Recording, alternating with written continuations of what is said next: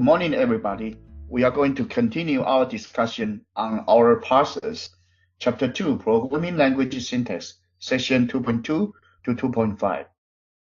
Last section, we talked about the scanning part, lexical analyzer and scanner, and we go through several topics. First, we talk about the basic architecture for the software of a compiler. And there are two stages, tokenizer and the parser. And then we talk about basically the relationship between regular expression, final state machine, and regular language, and then how to convert our regular expression into a final state machine. So here is a simple way of doing the conversion. So basically, we discussed the regular grammar and then how to convert it to a finite state machine or deterministic finite automata.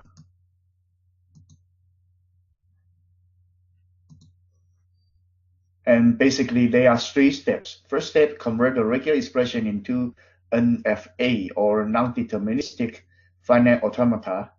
Or you convert a second step, we convert the NFA to DFA, and last stage to minimize the DFA.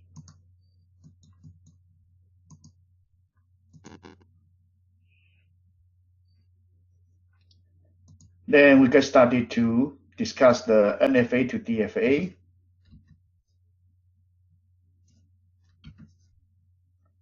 And then we introduce the six steps for conversion from NFA to DFA. And we talk about the conversion without empty string. And we also talk about the conversion with epsilon empty string.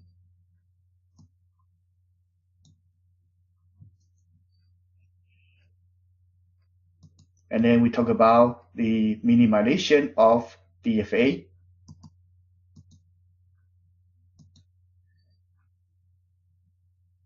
And then we talk about briefly on the style and pragmas, about expansion of the macros and its impact on our scanning stage.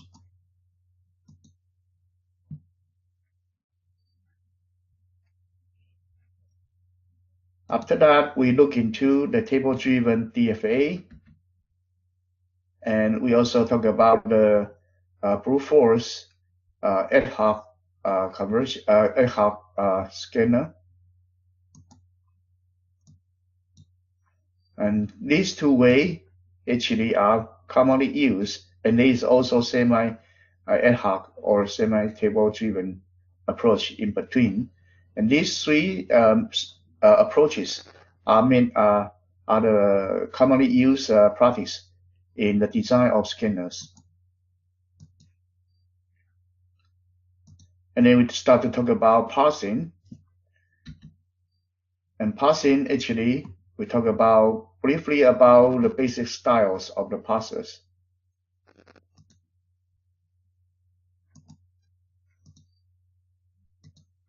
So basically, a parser, you take in the tokens, and then you, based on those tokens and the grammar with the parse table or with some special rules, we actually will build a syntax tree like this. And it is done by bottom-up approach if you are using LR approach. If you are using LL approach, it will be top-down.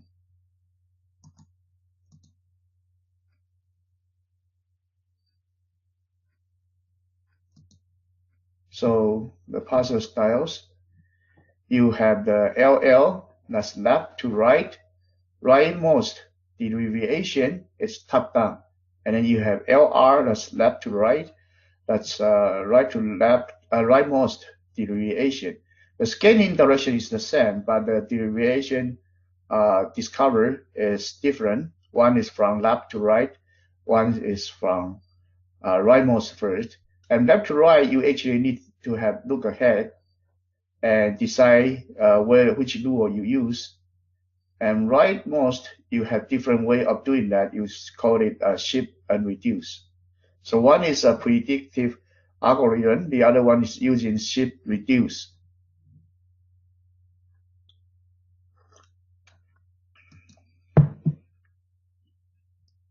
So these are basic two main family. And we have SLR, that's a simple LR. So it's minimized, it's actually a simple version of LR. And you can also have one look ahead LR. So it's a simplified version of canonical LR parser. So there are several ways of minimizing the LR parser and make it more efficient. And we discussed this top-down parsing and bottom-up parsing. So basically, when we have some input string like id.id.id, you can actually group, like in this case, you have id and then you have this. You can have this as one duo and then this one and this one. That's one way to parse it. And then the other way to parse it you can have is actually having this as a union, and the last one with the ID. So two ways to parse it, depending on how you write your grammar.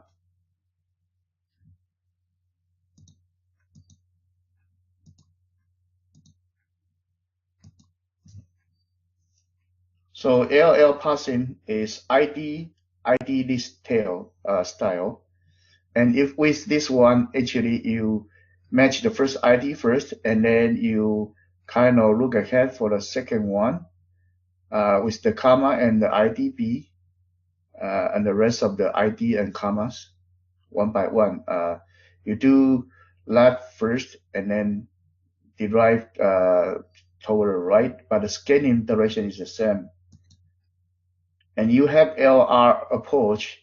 First, you let it go through, and then when you do derivation, you start from the end of the sentence with the semicolon, and then you start to look back with the ID and comma. You pick one, and then going back.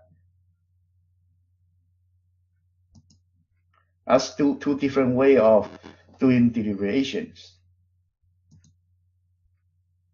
And then we have bounded space with bottom-up grammar, and you actually try to have a different way of writing the grammar. So the first one, you actually have directly go to ID list prefix, and then you kind of the prefix, you can have two rules, one with only ID and one with ID and extra ID. So in this way, actually, you will make sure that the first one, you match the single ID case. So that's to avoid shift and allow parser to reduce the prefix of ID list into non-terminal as it go along. So basically, and this one cannot be parsed top-down because they are ambiguity when you use top-down approach. The bottom-up you work well.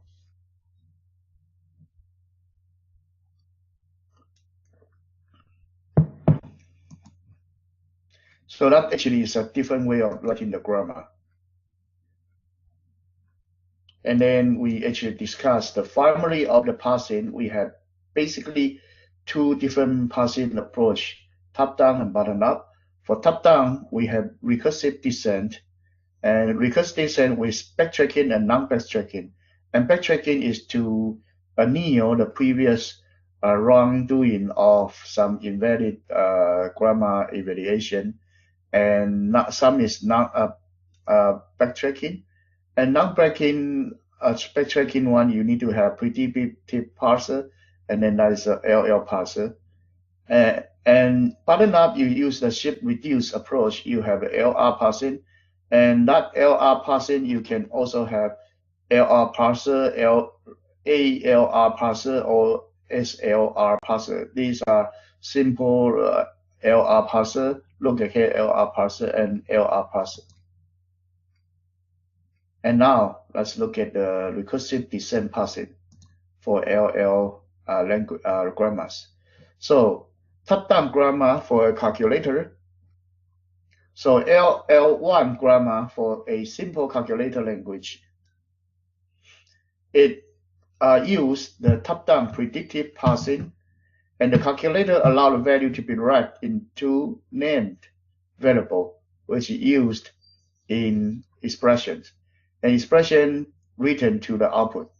Control flow is linear, so basically no loop, if then else statement or jump. So basically this is a simple grammar for a simple calculator, and we have the end mark with double $ to end the whole program. So basically you start from the program, and then you basically expand in the grammar rule. So as a regular expression, we use the symbol epsilon to denote the empty string. The production with epsilon on the right-hand side is sometimes called the epsilon production. And right here we have one epsilon production. So sometimes the statement list can have nothing. So for example, your program, you can start with the start of the program and then with ending sign, and then you have nothing in the program.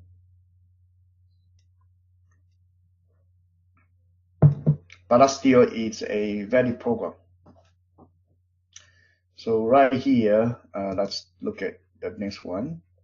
So recursive descent, make parsing predictively. It is helpful to compare the expression portion of figure 2.16 right here, and the expression grammar in 2.8.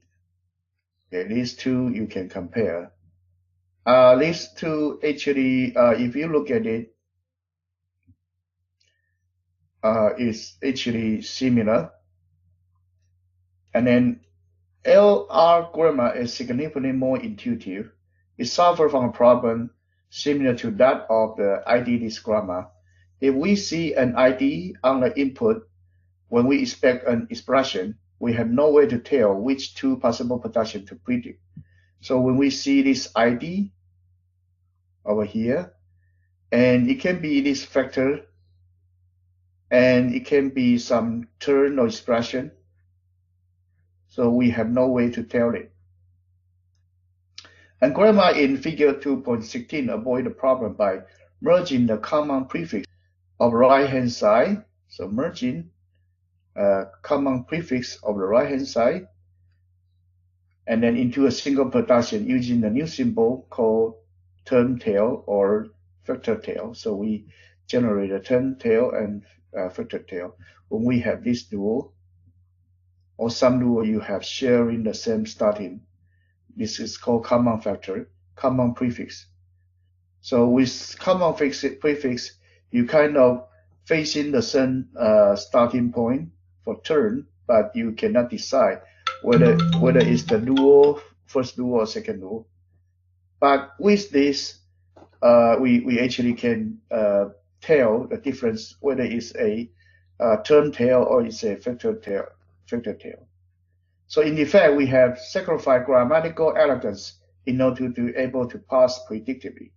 So what does this whole thing mean? This whole means that we need to rewrite the grammar so that it will make the recursive descent algorithm more efficient and without any ambiguity. One of it is to remove the common prefix of the right-hand side. That's one important thing to do. But later we will talk about more detailed rules to prevent the problems. Now let's look at one recursive descent parsing example. For example, we have this simple string coming in.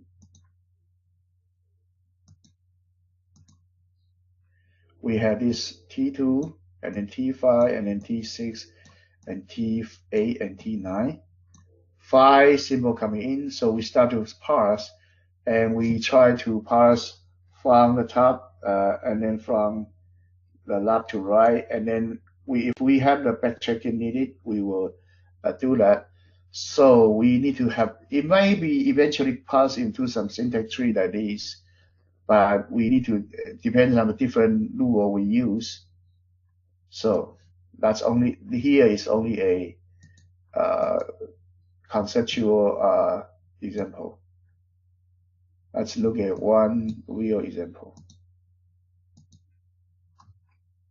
So here, if we have a very simple grammar case, expression is defined as term or term plus expression, and term can be integer or integer with multiplied by term, or the parenthesis and inside and with an expression. So this one definitely, because it has the recursion, it has the recursion. So this actually is content-free grammar. It is not regular expression or regular grammar.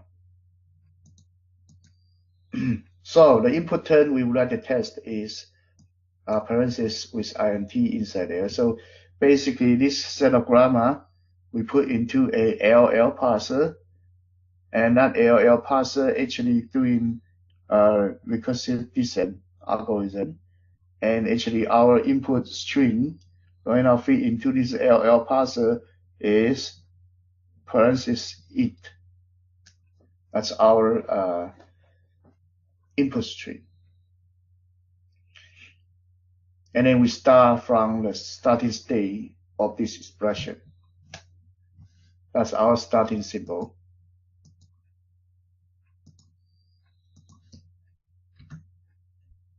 So let's get started. First, we will see first token as parenthesis.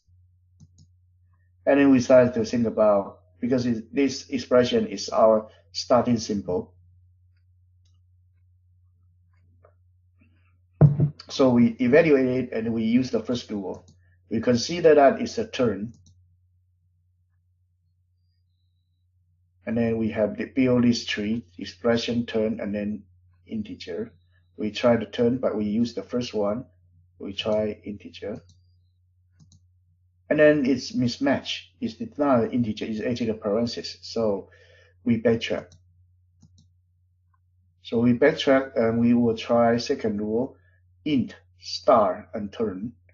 And apparently this one, same thing, it has a mismatch. So we backtrack. So now we come back to try the third rule, parenthesis, expression, and parenthesis.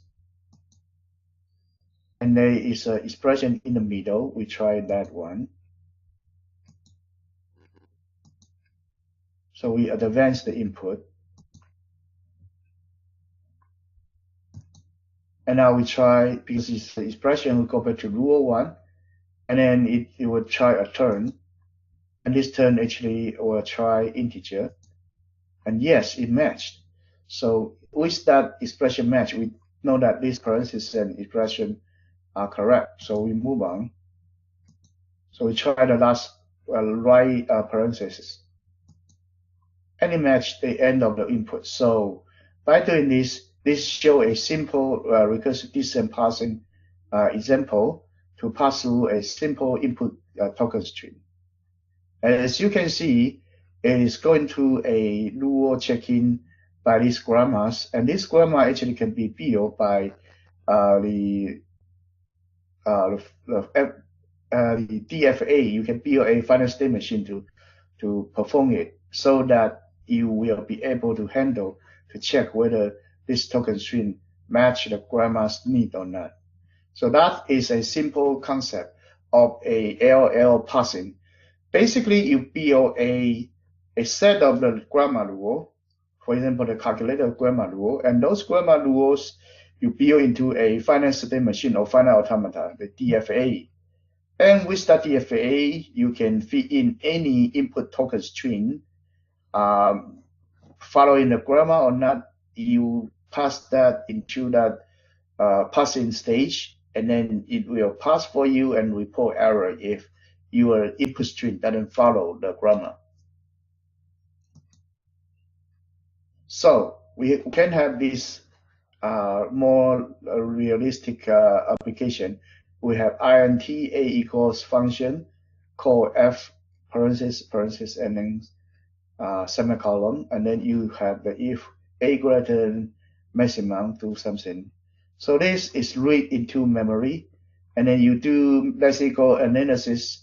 You pass that, you get into the token string like this. So then you will pass this token string into your syntax analysis. So you are starting from the top of the tree. That may be a program or some symbol. And then you start to parse it one by one by recursive descent algorithm. And then you may pass this part and build such a tree as maybe a expression a greater than maximum. And then you move on and you may pass a assignment. So eventually you compile the tree, you will be able to build a full syntax tree like this. Backtracking. When a syntax function fails, we want it to have no side effect. So you need to clean out whatever we have tried if it is not matched.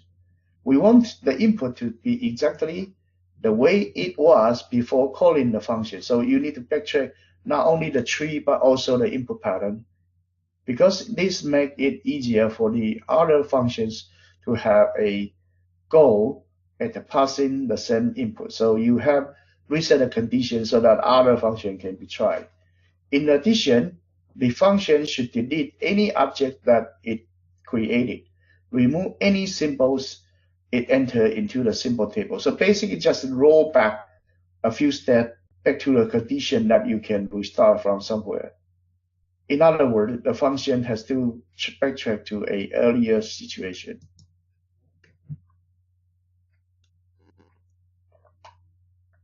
Now, passing forward, how to build a recursive descent parser. Building a recursive descent parser. So how do we parse a string with our calculator grammar? We can formalize the process in two ways. The first way, to build a recursive descent parser. So first way, try to build a parser whose subroutine corresponds. So what does this mean? The subroutine corresponds 1 to 1 to 1 and to the non-terminal of the grammar. So that actually means it matches the different item. So let's look at this.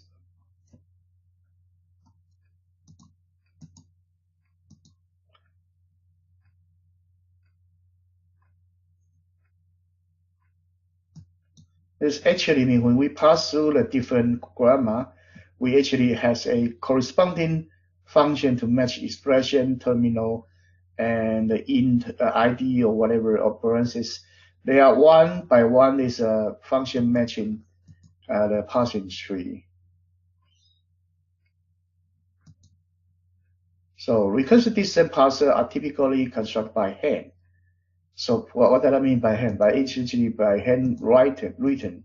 So they is not tool generated. So it's actually like more like an ad hoc approach or something. And enter pass generated construct them automatically from a input grammar. So there are still some tools that can help you to build recursive descent parser called enter. But basically, most of the recursive descent parser are written by brute force.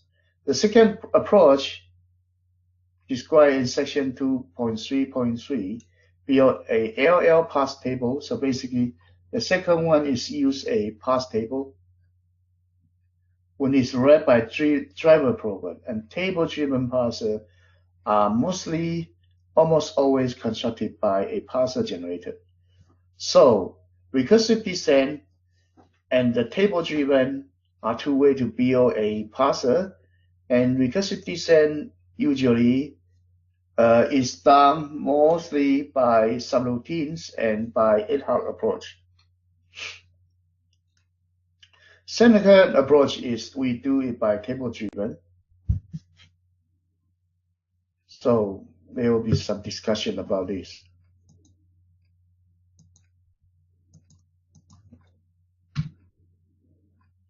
So right here is a parse architecture, and here we talk about the basic architecture of a parser, and this one is recursive descent, LL approach, recursive descent. So we have a parse text structure, and then we build a parse table, and this can use for recursive descent table, and you can also use the recursive procedure approach.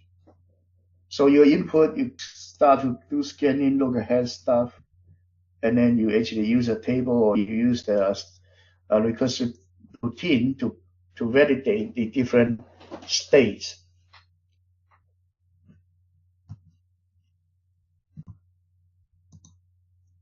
And the step will help you to backtrack.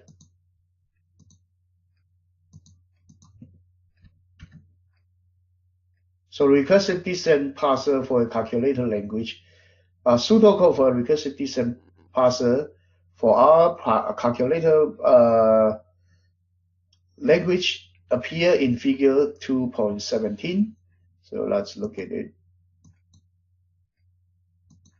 This one is a recursive procedure for the terminals. So this one is a parser. So we will go back to here later. So basically, there is a recursive descent parser for our calculator language, and it has subroutine for each non-terminal in the grammar. So in each non-terminal, we have a subroutine matching the non-terminal term in the grammar.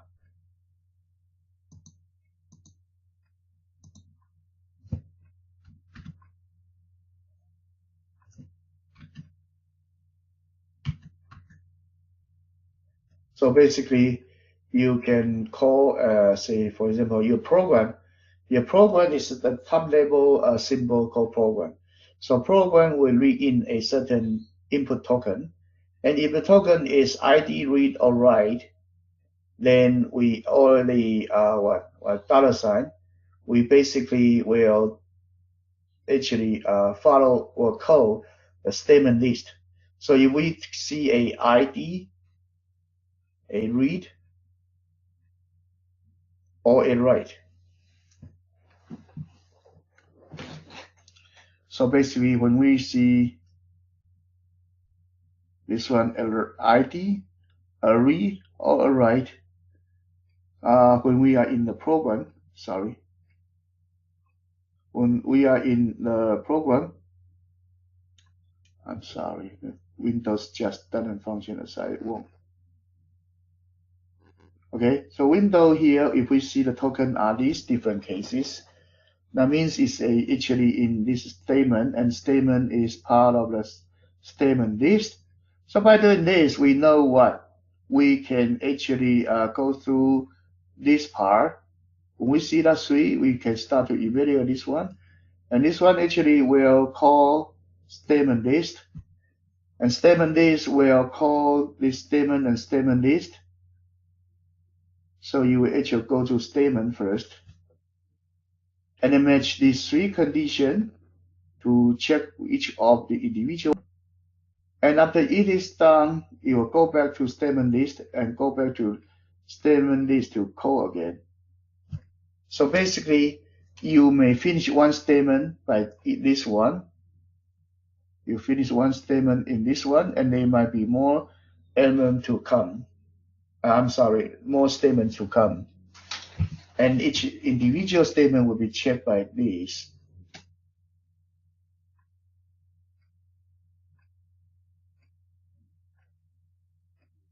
So basically, there are 3 types. Either it is an ID with assignment, or it is a read, or it is a write. But each of these, actually, you can see that it's actually recursively calling different functions. So that's why the name is called recursive descent. It will have the recursive function call. You may have a program calling the statement list, and statement list calls statement, and statement list also calls statement list itself. So that it has the recursion. And then by doing that, actually, your whole evaluation tree is traversed through the calling of recursive functions. So there is no table. In this approach, there is no table. There is completely no table for this recursive descent. So right here, there is no table. It's only recursive procedures. And the parser basically read each of the individual input symbol, and calling some procedure to match it like this.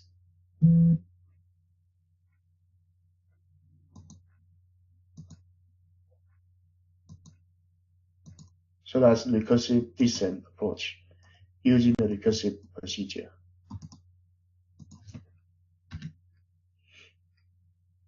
So LL parsing, like the bottom-up grammar, this one captures the associativity and procedures, but most people don't find it pretty.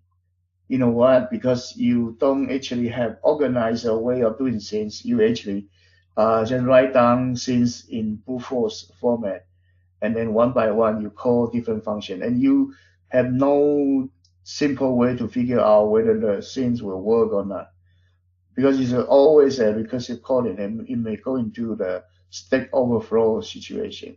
So once in the operand of a given operator on in the right hand side together, so you need to actually spread out. You need to check the whole program. However, the simplicity of parsing algorithm make up the weakness. So it actually is quite simple to understand how the parsing algorithm works. And how we parse a string with this grammar by building the parse tree incrementally.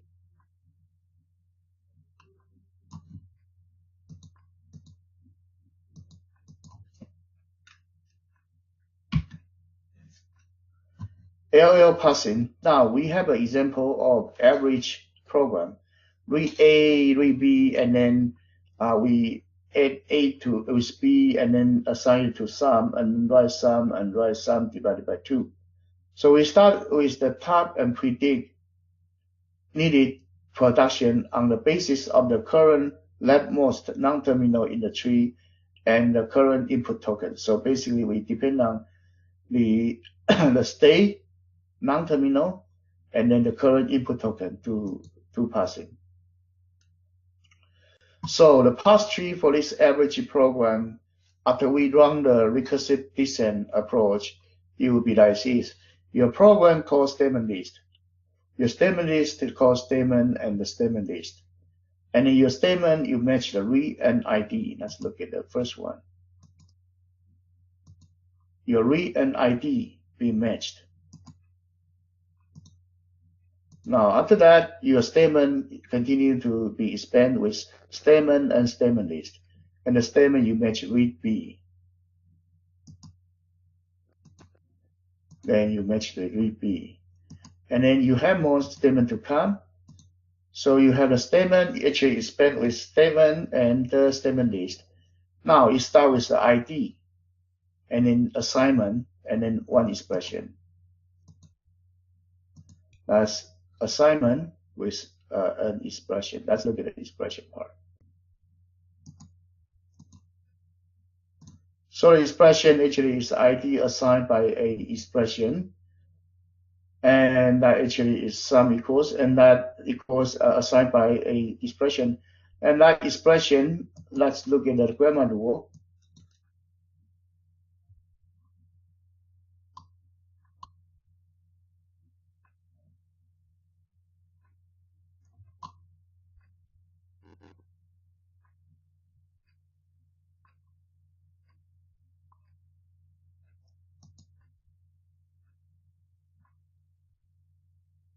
That actually ID equals expression has a turn and turn tail, right? And turn tail, a turn and turn tail, and turn tail had add and a turn, something like that. And turn tail can be empty. So actually it will be between turn, add, and turn tail. These three. So you match turn with turn tail, and the turn is ID with empty string, and then turn tail is add up and turn tail to be empty here. So it become A plus B and finish the turn tail part and statement. And actually we finish passing of the sum equals A plus B. And then let's go back. We actually have more statement to come. And the next statement, we have the statement and statement list. Statement is write some expression. So you actually write some expression. And that expression is a turn and turn tail. And turn, you have the ID and empty over here. So it's a write sum. And then the statement list, you have statement and statement list, and that is been a statement list. And this one you have no longer any statement after that statement. So we only need to look at the current statement. That's right with the expression, but this expression is a turn and turn tail, and turn is a factor and factor tail, and the factor is sum. Factor tail has the multiplication operation, factor and factor tail is divided by 2. And the factor tail grammar is multi-up factor, and this factor tail is a empty string. So by doing this, you actually can fully understand how this parsing tree is built for that average program using the LL parsing and recursive descent way of doing it. And the recursive descent using this recursive procedure call on each terminals.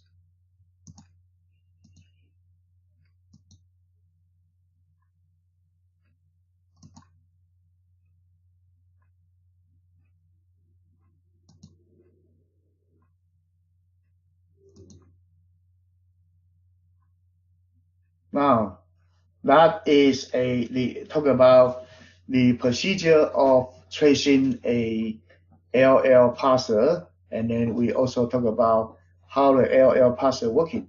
Now the next topic is how to write a LL1 grammar, so that making the grammar work for our recursive descent algorithm.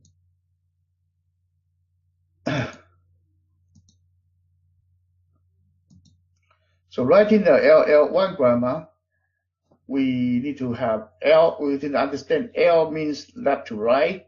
Second, L means rightmost, leftmost deviation. So when K means K, look at symbols. So when designing recursive descent parser, one has to acquire a certain facility in writing a modified LL1 grammar. These two most common obstacles is LL1ness, left recursion and common prefix. What does this mean? This actually means that there are two things you need to handle in order to write a good LL1 grammar. One is no left recursion, no common prefix. These two are key for LL1 grammar. So you need to transform a grammar from non-LL1 grammar to LL1 grammar. Two things to handle: elimination of the left recursion, second left factorization.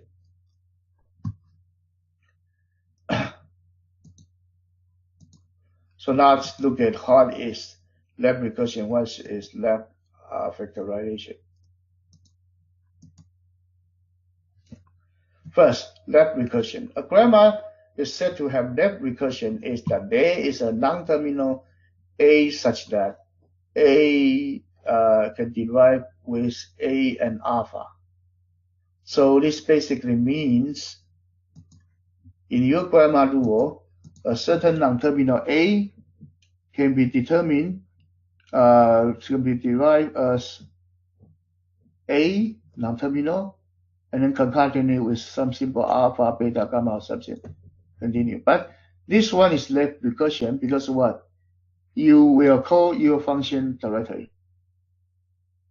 So you will continue to do recursion, but it will never end because you pattern matching yourself, you call yourself, go back and do matching, go back, do matching, go back. So recursive descent will never get out. So the trivial case occurs when the first symbol on the right-hand side of the production is the same with the symbol on the left-hand side. So we cannot allow this to happen.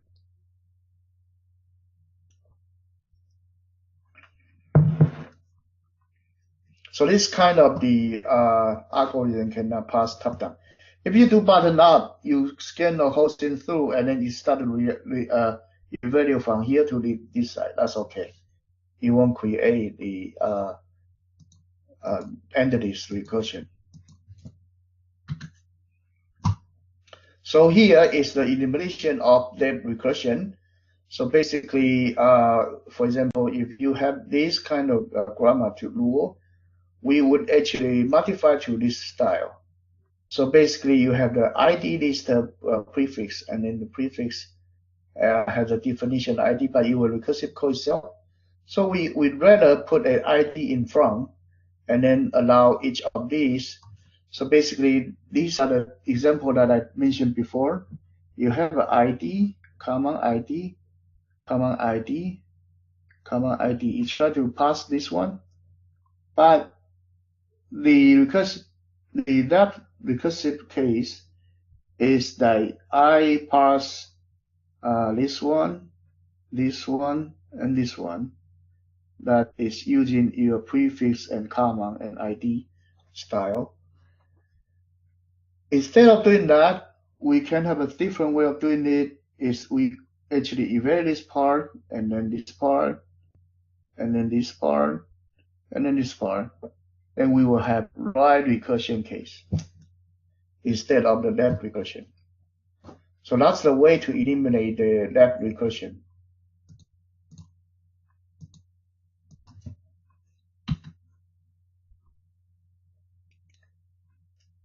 Common prefix occur when two different production rules with the same left-hand side begin with the same symbol and the same symbols. So we have the statement, and we have the ID assigned by a expression, or you have an ID as a function call with the argument list. So we never know if the ID is the top rule or the second rule. Both left recursion and common prefix can be removed. So this is a function call, and we need to remove this. And in order to remove the left factor, we will actually move up the ID and then merge the two rules with this, and then we invent a statement list tail defined by this. And these two actually won't have the confusion. So it's just like A derived as A and B, and A derived by A and C, but it is a common prefix. So we just move the common prefix to here, and then the B part can have B or C. As a two rule we try to eliminate. So there are infinite many of non-LL language, and the mechanical transformation work on them just fine. In a few that arise in practice, however, can generally handle with heuristics. So basically, we can basically use an algorithm to remove the non-LL language and convert them to LL language families. So passing the dangling else. This is a case that people call not quite LLness. What does this mean? This means that it is actually can be handled by LL, but that would create ambiguity. So by definition, it will arise for languages like Pascal, which the else part if is optional. So basically, the natural grammar is like this. It's ambiguous. So to make it sure that it can be passed nicely, we will have to deal with this kind of dangling else.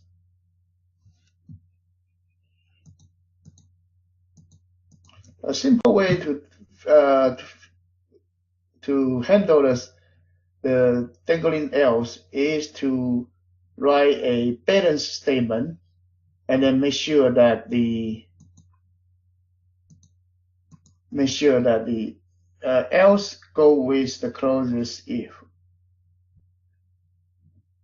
So we try to have balanced if then else, and then there's an unbalanced only with if then, but it can also be a balanced statement.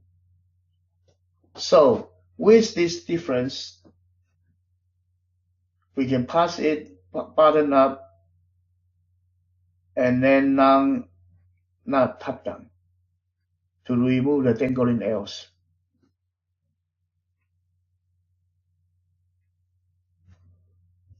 And this will work to remove the dangling else by pairing the else with the nearest then.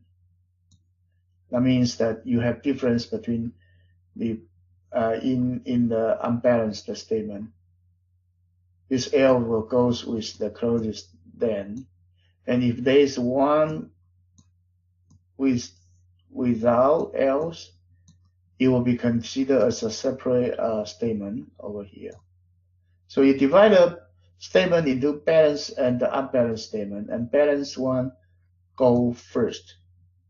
Balanced one go first, and then you will resolve the problem by having the this if then else to have else go first by the balanced statement to the nearest then statement.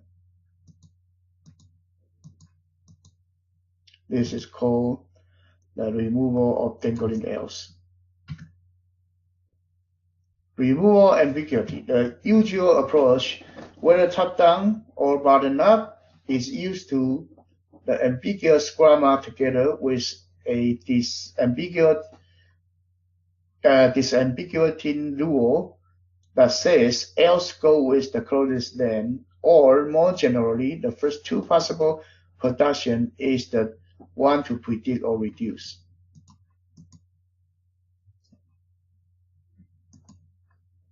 So basically, by introduction of the balance statement, you basically use this balance and balance to resolve the problem. So it actually aids in redundancy in your grammar, and then you will be able to handle the ambiguity in the else part. And then end mark for structural statement. This one for some language, if you have if then else, and if you have extra end symbol, it will be a problem. For example, you will have if then and then end. So the end will become something that is too many, and you have if then, else, and then end. So this is quite complicated actually. You have if else and then matching with this end. If I'm using a different color. If else and match this end. So color, let's try green. If then and match this end. I'm sorry, this one. And then you have blue, okay. This if then and matching this end. So that actually is very confusing. So this actually can have different way of designing the grammar so that you don't need that multiple end. So the end actually in the old day for the old language like Argo 60, it actually is quite a trouble, but now no language continue to use the end. We use the braces, curly braces, but it's way better than this end symbol. LL parsing 2, overview of table-driven top-down parser. So this one is table-driven.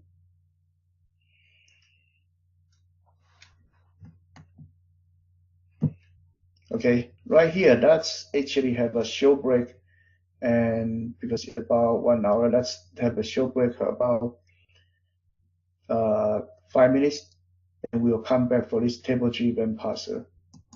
And for this chapter right here, we are at about 106, and we need to go to 186. And maybe this session we cannot finish all, so we may need to have extra time to do that, or I will go 3-hour format for this one. So we will be back around say 10 o'clock, and then we'll continue the table-driven parser. Okay, just stand by.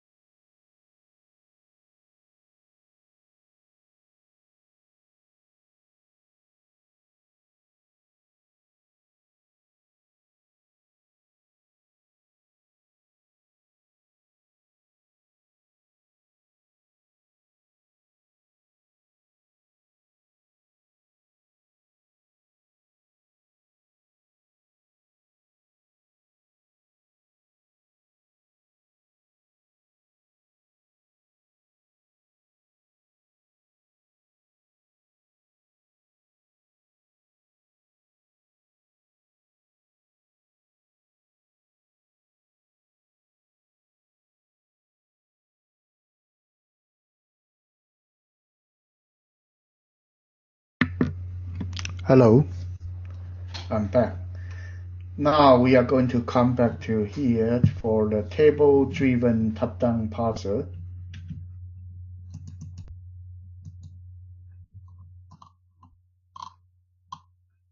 It's about the halfway of the chapter, so let me see. This chapter actually is quite long, the longest chapter for chapter 2. Now let's look at the table-driven top-down parser. The previous one, we talked about a recursive descent approach, and then using the recursive procedures. Those actually depends on writing the procedures. And this one, we have different approach. We use the parsing table, and parsing table actually allow you to build a table, and then you can use that table for parsing, but it's still used for top-down parser, for LL parser approach. So actually, we have the captures, and then we pass through the tokenizer, generate a token, and feed into parser, and created the parsing tree. And now he actually more with the table looking up approach. But what kind of table we need? We have a big loop in which you repeatedly look up a action in two-dimensional table based on current, leftmost non-terminal, and current input token. So still, you are browsing through the different token coming in one by one from left to right. You're still going through the tokens one by one, left to right. Instead of calling the recursive procedures, we pass with a table. So this action matching the terminal, predict a production rule, or announce a syntax error, 3 different things. So you go through that, you match the table one by one, and then you match a terminal, or you predict what duo we are going to use. So we need to have a driver, a table for top-down parsing. In a recursive descent parser, each arm of the case statement corresponds to a production and contains a parsing routine and the matches calls corresponding to the symbol on the right-hand side of that production. So that's what this actually means is talking about, let me see, it's talking about this one. Each one is a case switch statement, and then you match the right hand side, and each one has different function call, and then each one has different function call, and you recursive matching it, and some of them may be ID or terminal. You match that right away, and if not, you continue to generate the production rules. You recursive generate the production rules by actually matching the code, actually passing the routines and matching the cells.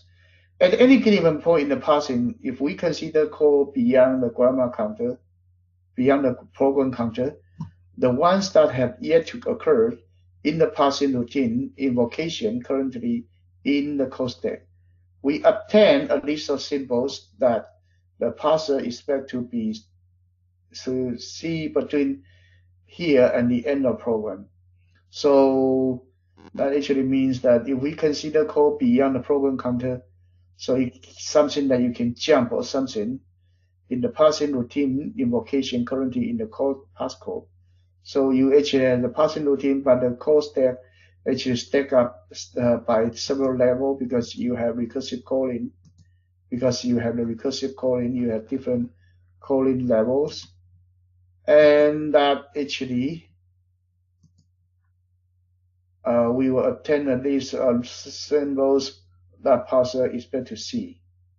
Those parser, that literally means what? They actually mean we at a certain level, we actually expecting certain words to happen. Even though we are up in here, we are expecting some word to happen over there. So the table actually we are going to construct need to be able to give you those information to help you to predict what is coming. That's all what this actually say. Use the code stack to predict what is coming, what symbol is coming.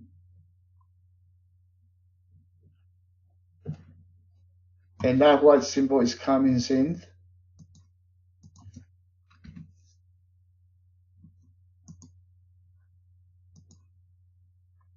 it's right here. You have a predict set.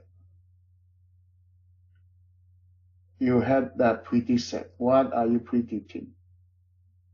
And that predict set is part of your table.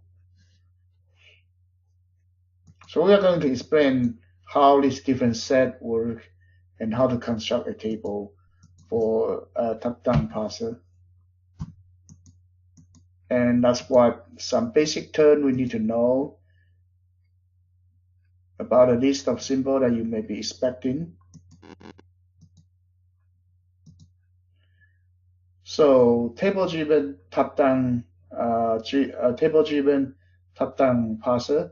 The code is a language independent. It requires a language dependent parsing table that is missing here. But basically, right here for the calculator grammar figure 2.16, the calculator we talk about, you can construct a pseudocode like this, and each time you actually will basically you will have a parse table. You will have a parse table in your program, and that parse table have non-terminal and terminal record, and then some action and production rule you need to generate. So basically, taking some action, or you say what are the production rule you need to have. That's the table we are going to generate. And also, when you parse it, you have the parse stack push. So if you have a certain symbol come in, you can actually pop the symbol out and then see if the symbol is a terminal.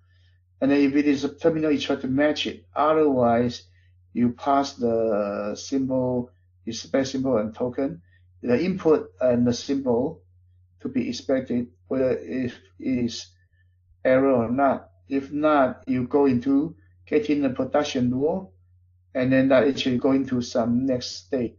And for each production rule, it will go one by one. So basically, this part is just to evaluate the right-hand side one by one. So if you have a non-terminal, then you go to this production rule. If it is a terminal, you see whether there's a match for the symbol or not. So basically, this is similar to the recursive descent, except that it is not depending on function code, and this one is depending on production rule and the evaluation of the series of production rules. But this is still a little bit vague on how this will work. Let's continue to look at. So the table will look like this. The non-terminals and color input for the calculator language, and then here are the production rule that you will have.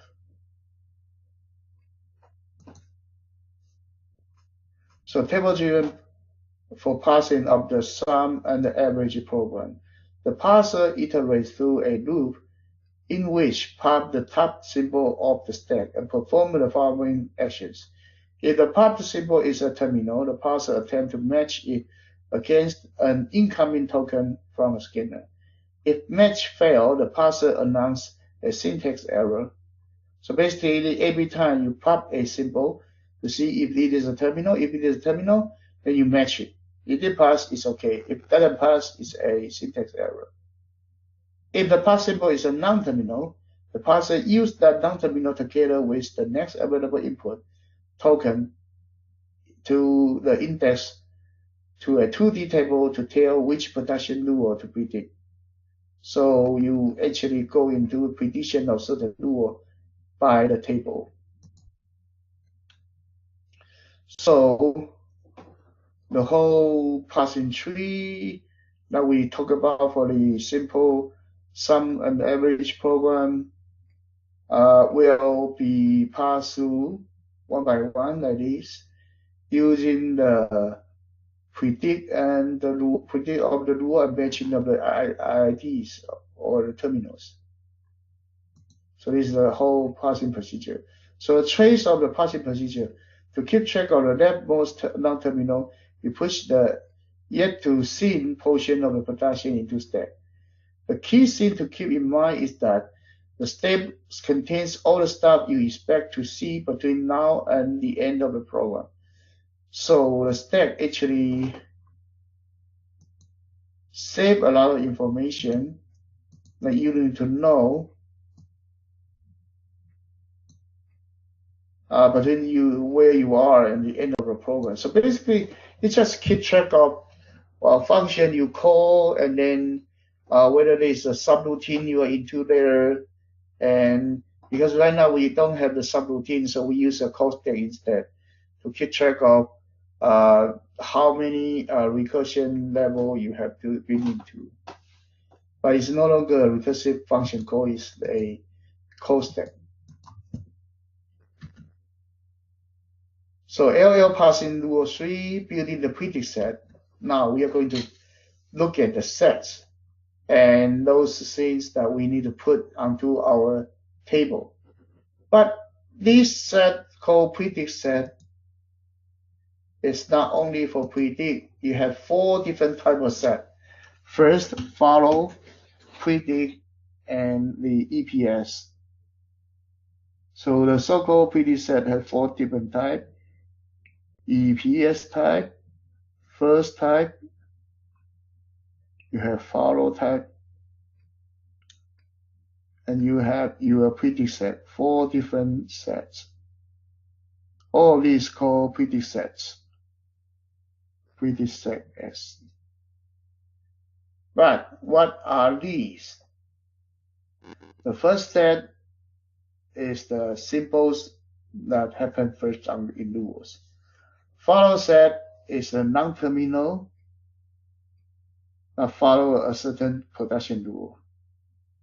Predict set is the symbol we are going to see for the production rules. And these are still very vague. Let's look at the next slide to see what it is. These sets are still, the description is still very vague. So now let's define a set.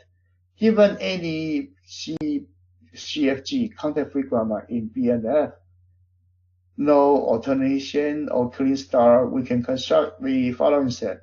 This set contains only tokens. So basically, these different sets are only tokens. So what will happen first in your rule? What will be followed in your rule? And what can be predicted by the production rules? These are the different rules for a certain non-terminals. A, that's follow A. Something follow A. Something predicted by A. Something that is the first symbol in the A reduction. So EPS, all non-terminals can be expanded to epsilon. So epsilon set keeps track of all of the non-terminals that have expansion to a empty string, like those statement tails and statement D that has the empty loop, empty string.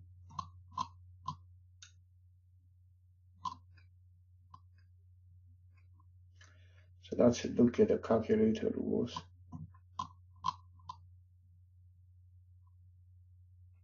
Calculator grammar. Let me see. Where is our calculator grammar? So right here, the calculator grammar. If a non-terminal can derive to an empty string, we say that this turn tail is in the empty set, EPS, empty production set.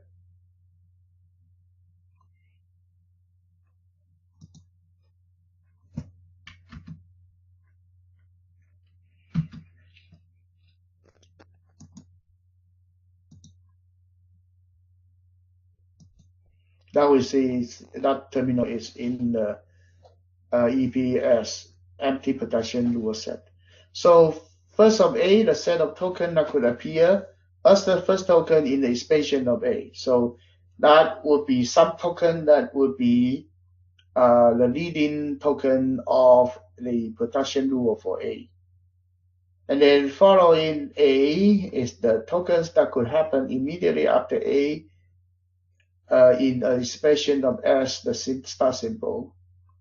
And the set of tokens that can appear next in very parts of a string in the language when the next non-terminal in the parse tree is A.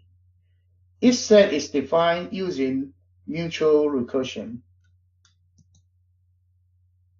This description is still very vague, and then we have this mathematical definition is even more confusing. So at first of alpha is a non-terminal, and then for all symbol that actually is the starting symbol for that production rule. Follow of A is any A actually that is following by a rule, and that rule will be actually for me following by symbol. If I exists as in the certain production rule for S symbol, and A actually following B, and A is in my follower set. And predict set is when I can be expanded by M different production rules, then this function is called predict set. So do we need first set in parsing? No. In the top-down parsing, the only set that we really read are the predict set. It turns out the first set are not necessary to compute predict set. So for now, we will forget the first set and just worry about the 3 EPS, predict, and follow. EPS contain non-terminals that can be expanded to epsilon, the empty string, and EPS contain any non-terminal that has an epsilon production that I expanded already. Any non-terminal that has a production containing only non-terminal that are all in EPS. So predict set, okay. Here, this one gives you a better idea of what is predict set. So if I have a token, and this token is my first symbol in my when I expand a non-terminal A, then this token should be added into my predict set. And then if this current non-terminal can produce a certain B, and B, all the B's predict set will be part of my set. And the third one, if I can derive to a epsilon, whatever the follower of me will also be my predict set. So 3 different rules for predict set calculation. And these descriptions are vague. Just look at how you work over here. This gives you more idea of what it is. And follow set, if you have a follow set A, that means the token directly follow me, and it is part of my follow set. If a non-terminal follow me, then the predict set that actually give you the first symbol or something actually is my follow set. And if B actually can derive to me, then B's follow set, so whatever follow B, because I'm the last one, so B's follow set will be my follow set. So these are the rule for follow set. And let's look at an example. So here we have another calculator language different from the one we talked about in the textbook, but similar. We have a starting symbol, and then we have expression and then stop. Expression can be term. That term is terminal. I'm in the mathematical term, I'm sorry. And then expression tail, and expression tail like this. And turn is spent to this. And turn tail like this.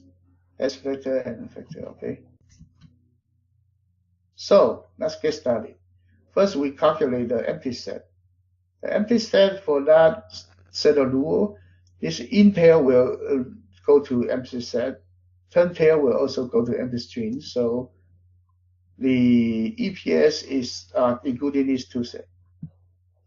And now, because we try to construct the EPS, pretty, and follow. Let's get started from the first symbol. So we actually try to get using the rule 1 for predict of the 4 spaces.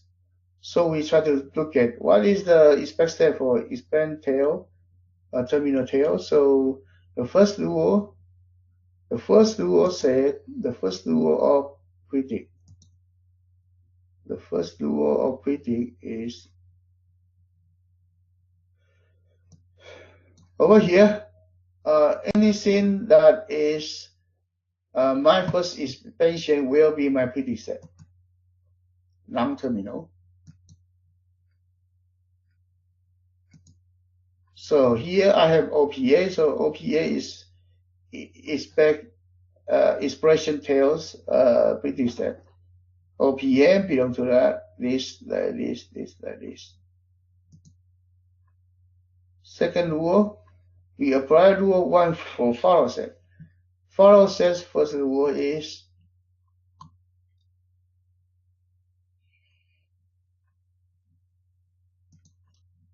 if any token after me and I'm on the right hand side of some other people's prediction, this production rule,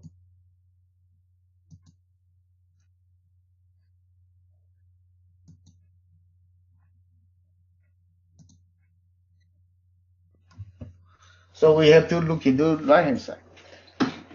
Any token, this stuff is expression sets, follow set, and RP is the same. So the rule 1, we find this and we continue. So then the rule 3 for follow set.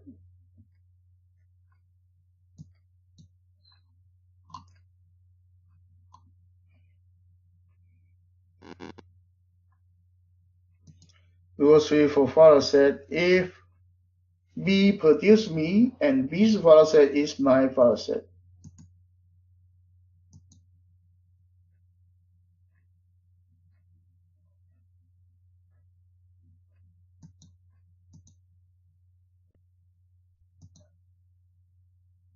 So now I'm moving from here. So this one produced me, so expression follow set is my follow set. Copy down to here.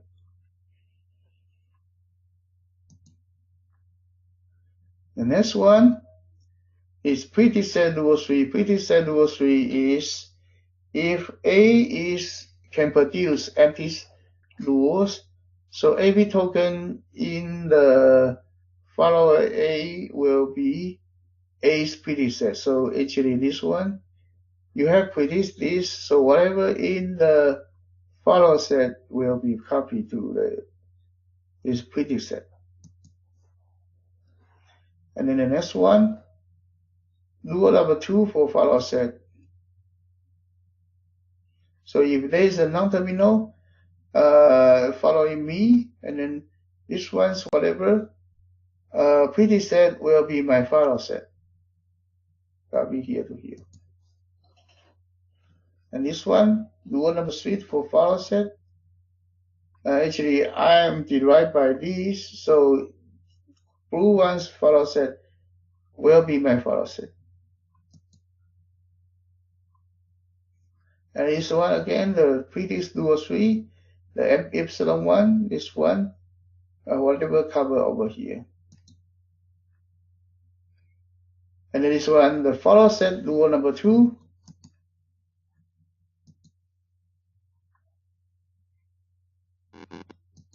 Follow set rule number 2, if a non-terminal following me, the non-terminal's predict set is my follow set.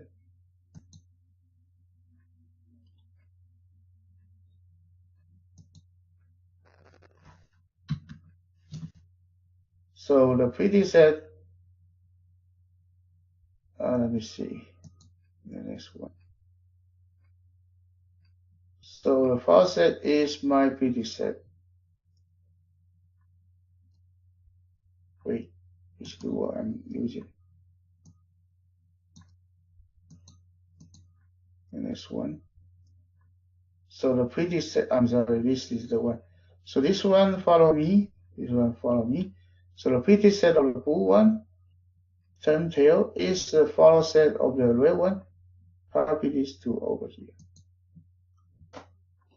So right here we finish this, and then we use the pretty set dual 2 so that this actually the pretty set of these right hand side,